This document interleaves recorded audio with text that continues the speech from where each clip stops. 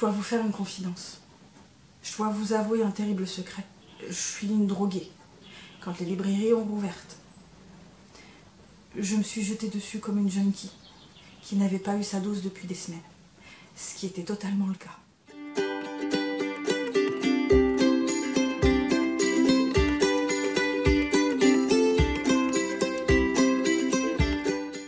Salut tout le monde, aujourd'hui on se retrouve pour une nouvelle vidéo qui sera le book haul du mois de mai. Et autant vous dire encore une fois que c'est un énorme book haul. J'ai craqué mon slip complètement au mois de mai. Mais voilà, vu le contexte, la fin du déconfinement, la reprise du travail, les réouvertures de librairies, après 2 mois et demi, autant vous dire tout de suite que je me suis empressée d'aller y faire un tour en me disant juste pour le plaisir d'y retourner, juste pour de nouveau feuilleter les livres, juste pour pouvoir me balader dans les rayons, repérer les prochains achats. Sauf qu'une fois que j'ai mis les pieds dedans, j'ai été submergée et j'ai complètement craqué mon slip. J'ai fait une orgie d'achats livresques. Autant vous dire que mon portefeuille, il m'a haï de toute son âme, il m'a détesté. Mais autant vous dire que mon moral, lui, eh ben, il a surkiffé total. Voilà. Bref, du coup, on va commencer tout de suite parce qu'il est quand même assez conséquent. Je commence par un manga, il s'agit du premier tome d'un démon au paradis de Onito Tengoku, publié chez Taifu Comics dans leur collection Yayoi. Alors j'étais curieuse parce que j'avais déjà pas mal entendu parler de ce manga en anglais. Et apparemment il est vraiment chouette, donc j'étais très curieuse. Donc ici on va suivre un professeur de lycée, un peu mal dans sa peau, un peu dépressif, voilà, ça va pas du tout dans sa vie. Et puis un jour il va rencontrer le nouvel infirmier de son école, et évidemment une espèce de relation un peu particulière va se mettre en place entre eux. Voilà, donc je me suis dit je vais tenter le premier tome, si ça me plaît tant mieux, si ça me plaît pas c'est pas bien grave. Je me suis également procuré le tome 2 de La Petite Faiseuse de Livres, publié chez Ototo. J'avais bien aimé le premier tome que j'avais trouvé très sympathique. On y suivait une jeune femme qui décédait et qui se réincarnait dans le corps d'une petite fille dans une espèce de monde féodal où les livres n'existent presque pas, où ils sont extrêmement chers et la famille dans laquelle elle se réincarne n'a absolument pas les moyens. Qu'à cela ne tienne, si elle ne peut pas se procurer de livres, elle en fabrique un. Voilà, donc on la suit dans ses aventures, dans ce nouveau corps et dans ce nouveau monde, et le premier tome était vraiment chouette. Encore un nouveau manga parce que j'étais très curieuse de le découvrir, il s'agit du premier tome du Monstre et de la Bête de Renji Presents, toujours publié chez Taifu Comics dans leur collection Yayoi. Alors ici, on suit un monstre, donc cette espèce de grosse bestiole là, gros monstre, qui vit dans la forêt, un peu exclu en paria parce que tout le monde a peur de lui.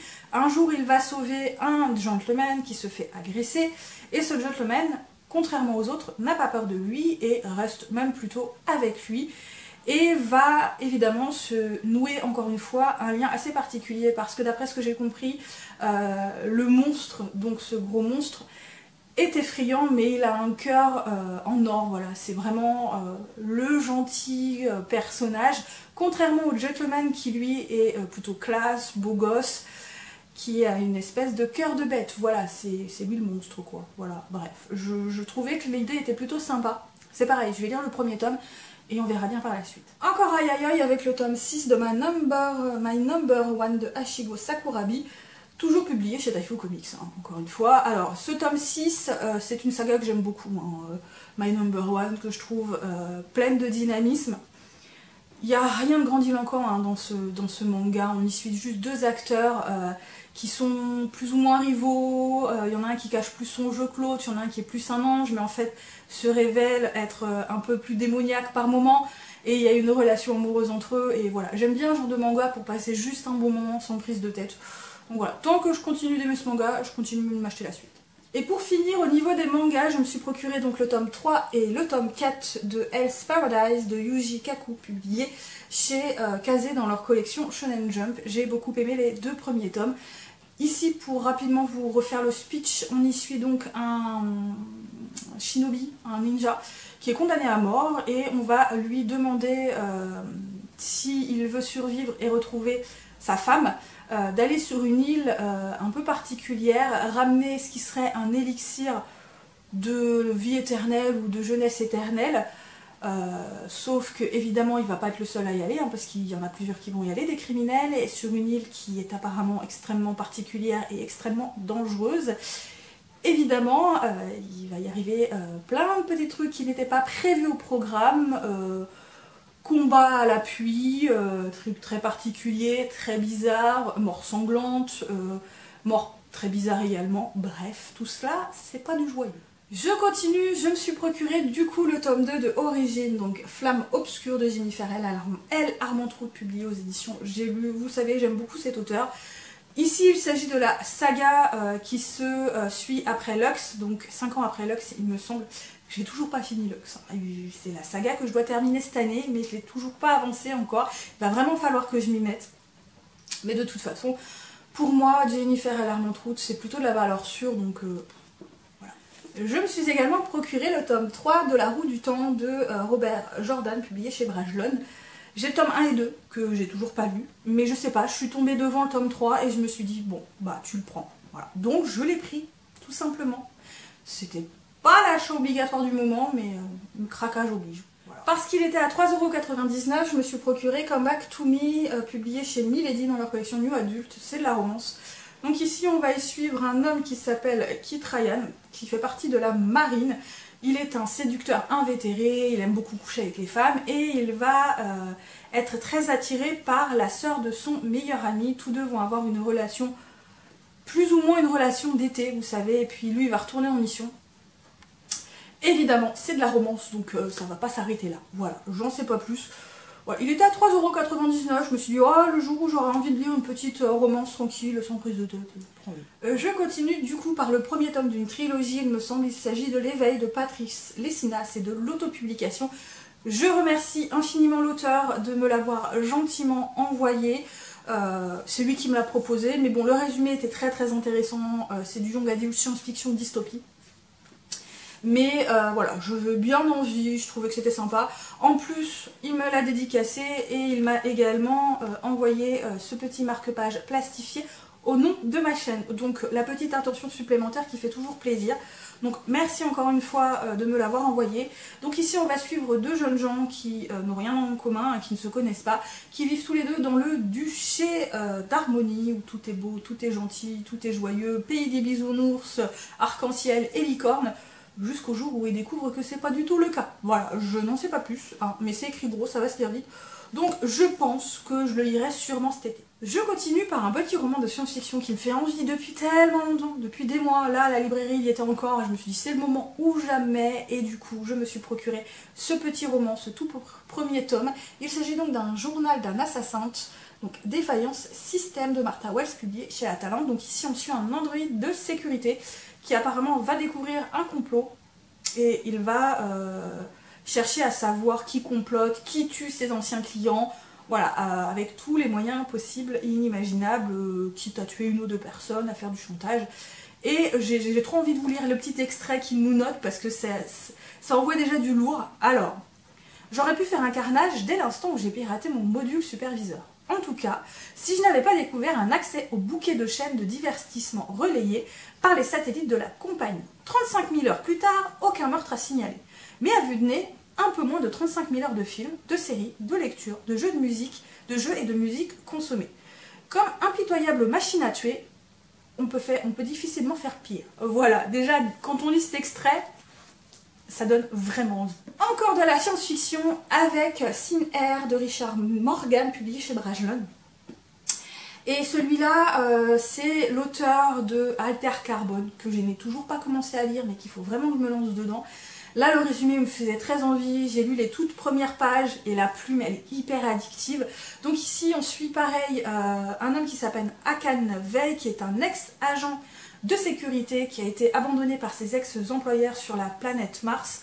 Une planète où il fait pas franchement bon vivre si on n'est pas blindé de fric, hein, voilà, clairement. Lui, il a envie de retourner sur Terre et il va donc, pour ça, être embauché pour protéger une journaliste qui mène une enquête sur d'étranges disparitions, une espèce de truc de loterie. J'en sais pas plus, et lui, bah forcément, ça va leur retomber sur le coin de la figure à tous les deux. J'en sais pas plus, mais c'est pareil, il me fait méga envie. Encore de la science-fiction, je vous l'ai dit, hein, j'ai envie de science-fiction en ce moment. Il s'agit donc de Destination Providence de Charlie Reinhardt, publié chez Mix Éditions. Donc ici on est dans un space opéra. On y suit un jeune homme qui s'appelle Drew, qui fait partie d'un vaisseau avec une capitaine et tout ça. Ils vont vivre 1000 aventures, on va leur donner une mission, il va y avoir un esclave, je crois, un ancien esclave, qui va se retrouver à leur bord, et je n'en sais pas plus. Le livre est énorme, il est big, voilà, il est lourd, et c'est pareil, celui-là, il me fait super envie. Voilà, en ce moment, je vous dis, j'ai vraiment envie de science-fiction. Au mois de mai, avec le déconfinement, je me suis dit, il me le faut, parce que j'aimerais beaucoup le découvrir. Il s'agit du 3e et dernier tome des Sœurs Carmine, donc Dolorine à l'école, de Ariel Holz, publié chez Naos. Et celui-là, j'ai envie de le lire assez rapidement également, parce que sur les 3 sœurs, c'est celle qui m'intrigue le plus. Voilà, Dolorine est la petite dernière, mais je trouve qu'elle a l'air beaucoup plus intéressante que les 2 autres. Voilà, et j'ai vraiment envie de découvrir son histoire. On allait faire des courses il y a quelques temps, je suis allée dans leur coin librairie qui est absolument énormissime, je l'ai vu et je l'ai pris parce qu'il me faisait déjà envie il y a quelques temps. En plus il a quand même pas mal tourné sur les chaînes et je me suis dit allez vas-y craque. Il s'agit du premier tome donc, de Merciful Cause, donc la voleuse d'os de Margaret Owen, publié chez PKJ. Donc ici on va suivre des clans. Il y a différents clans et on va suivre donc notamment une jeune fille appartenant au clan des corbeaux qui eux sont chargés de s'occuper des cadavres de personnes qui ont été atteintes de la peste, ou alors d'achever si vous voulez ceux qui sont atteints de la peste pour éviter la propagation, et ils s'occupent donc des corps. Ils rendent service mais en même temps ce sont les moins aimés de tous les clans, et un jour donc la jeune fille qu'on va suivre va apparemment aider l'héritier du trône, donc le prince Sabor, à s'évader du palais. Et voilà, j'en sais pas plus, mais les retours que j'ai eus sont plutôt bons, donc je me suis dit, bon, allons-y. Celui-là, il va être lu assez rapidement, je pense. Il s'agit donc du tome 2 de La Tribu des Désormais de Benjamin Desmar, publié chez Rouergue dans leur collection épique. J'ai beaucoup aimé le premier tome, vous savez, je l'ai lu au mois d'avril ou au mois de mars, je l'ai lu il n'y a pas très longtemps. Et j'ai très envie de le terminer très vite parce que, voilà, j'ai vraiment beaucoup aimé le premier tome. Donc là, celui-là, j'ai trouvé d'occasion. Dans un parfait état, voilà, donc il est juste très légèrement corné ici, mais sinon il est presque comme neuf, voilà, voilà, donc je me suis dit, c'est parfait et il va être lu assez vite celui-là. Je me suis enfin procuré le tome 2 de Nevermore, donc ici le Wanderer, la mission de Morrigan Crow, donc de Jessica Townsend, publié toujours chez PKJ. J'ai beaucoup aimé le premier tome, j'ai trouvé l'univers vraiment génial, j'ai trouvé les personnages hyper coloré, déluré, il se passe plein de choses, c'est un univers complètement déjanté, certes jeunesse, mais vraiment, il fait vraiment plaisir cet univers. Et ça fait un moment que je me dis, il faut que je me procure le tome 2, il faut que je me procure le tome 2, mais je peux encore attendre un peu, mais il faut que je me le procure. Et là, toujours en allant faire mes courses, je l'ai vu, je me suis dit, c'est l'occasion, prenons-le. Voilà. Je me suis également commandé, donc Ambition, que j'ai reçu il y a une semaine, donc de Johan Dubos, publié chez Snag. Alors ce roman, quand il est sorti, il me faisait très envie. Sauf que je me tâtais, je me disais, ah, je sais pas, il me fait envie, mais je sais pas, voilà. Et je l'ai très peu vu sur les chaînes, mais je l'ai vu sur quelques chaînes, et ces quelques chaînes qui l'ont présenté ont vraiment apprécié ce roman. Donc je me suis dit, bon, il me faisait déjà envie à sa sortie. Du peu de retour que j'en ai eu, c'est un beau roman. Le tome 2 en plus est sorti il n'y a pas si longtemps que ça.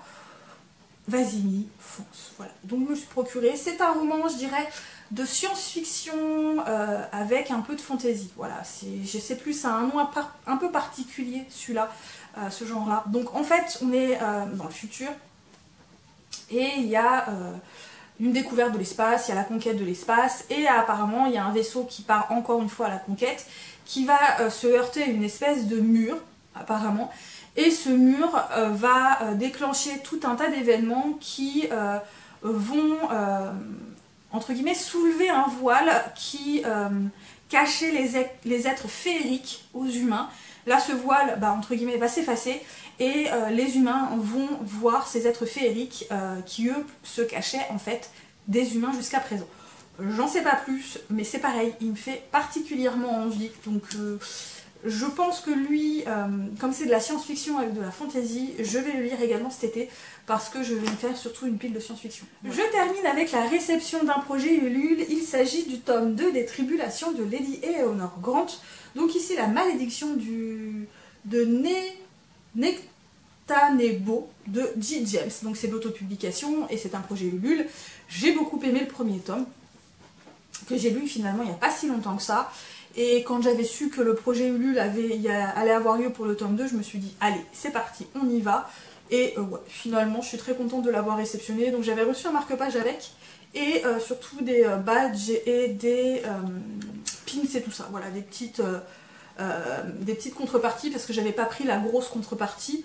Mais encore une fois, on a une couve, moi, que je trouve absolument magnifique. Et encore une fois, on a des illustrations qui sont très jolies, donc de la même illustratrice qui avait travaillé pour le premier tome. Il faut que je vous trouve une illustration vite fait, si j'en trouve une, parce qu'il n'y en a pas tant que ça non plus. Hein. Je vais en passer une sur moi. Voilà. Voilà, ce genre d'illustration, je trouve très jolie. Voilà. Donc là, apparemment, je crois que ça va se passer dans en Amérique, je crois. Voilà, elle va aller chez les Mayas ou un truc du genre, je ne sais plus. Voilà, il y a un truc avec l'Égypte qui fait le lien avec l'Égypte et les Mayas, il me semble. Mais je ne pourrais plus vous dire exactement parce que ça fait très longtemps que j'ai pas lu le résumé. J'ai même pas lu le résumé quand j'ai réceptionné ce livre. Voilà. Je termine avec les BD et la première que je vous présente, il s'agit donc des 5 terres. Donc ici le premier tome de Toutes mes forces de Llewellyn et Laerscully aux éditions Delcourt. Donc ici on est dans un royaume où le roi est en train de mourir. Évidemment le trône est extrêmement convoité, que ce soit par sa fille ou par son neveu, qui sont tous les deux pétris d'ambition, notamment le neveu qui apparemment voudrait imposer sa loi à ce royaume et à tous les royaumes aux alentours. Sauf qu'évidemment les royaumes alentours, eux, ils n'attendent qu'un faux pas pour pouvoir faire la guerre. J'en sais pas plus, en plus ici les personnages sont des animaux tels que les singes, les ours, les tigres, les cerfs et tout ça, et du coup ça m'intrigue beaucoup. Et dans le vlog j'en avais parlé un petit peu, les libraires disent que c'est une très bonne BD, donc le tome 2 est déjà sorti, hein, mais je vais déjà tenter le tome 1. Et je termine par une BD qu'il fallait absolument que je me procure parce que j'avais tellement aimé le tome 1 que dès que j'ai pu me rendre à la librairie graphique, je me suis dit, cela, j'hésite pas, je m'en fous, je craque, je les prends. Il s'agit évidemment de Zombielenium. Donc je me suis procuré le tome 2, donc Ressources humaines, donc toujours de Arthur Depin et toujours publié chez Dupuis. Donc le tome 2 est déjà lu, la suite ne devrait plus tarder, puisque évidemment je me suis également procuré le tome 3 avec Control Freaks, et le dernier, le tome 4, avec La fille de l'air. Voilà, c'est une BD que je surkiffe, qui est un énormissime coup de cœur, et que, évidemment, je ne pouvais juste pas passer à côté. Voilà. Et voilà, j'en ai du coup terminé pour ce book haul qui, encore une fois, est très conséquent. Là, pour le coup, je trouve que mon excuse est valable. Voilà, après 2 mois et demi, sans nouveauté, sans librairie d'ouverte, évidemment, vu que je suis une jeune qui est accro, je ne pouvais que craquer et y aller. Voilà. Bref, en tout cas, j'espère que ce book haul vous a plu. Si vous avez lu certains des livres, des BD ou des mangas et que vous avez envie de me dire ce que vous en avez pensé, n'hésitez pas à me laisser des commentaires. Également, comme d'habitude, des petits pouces bleus si ça vous dit, à vous abonner également, à me suivre également sur d'autres réseaux sociaux. Moi, comme d'habitude, je vous souhaite de très bonnes lectures et à très bientôt pour une nouvelle vidéo. Bye bye.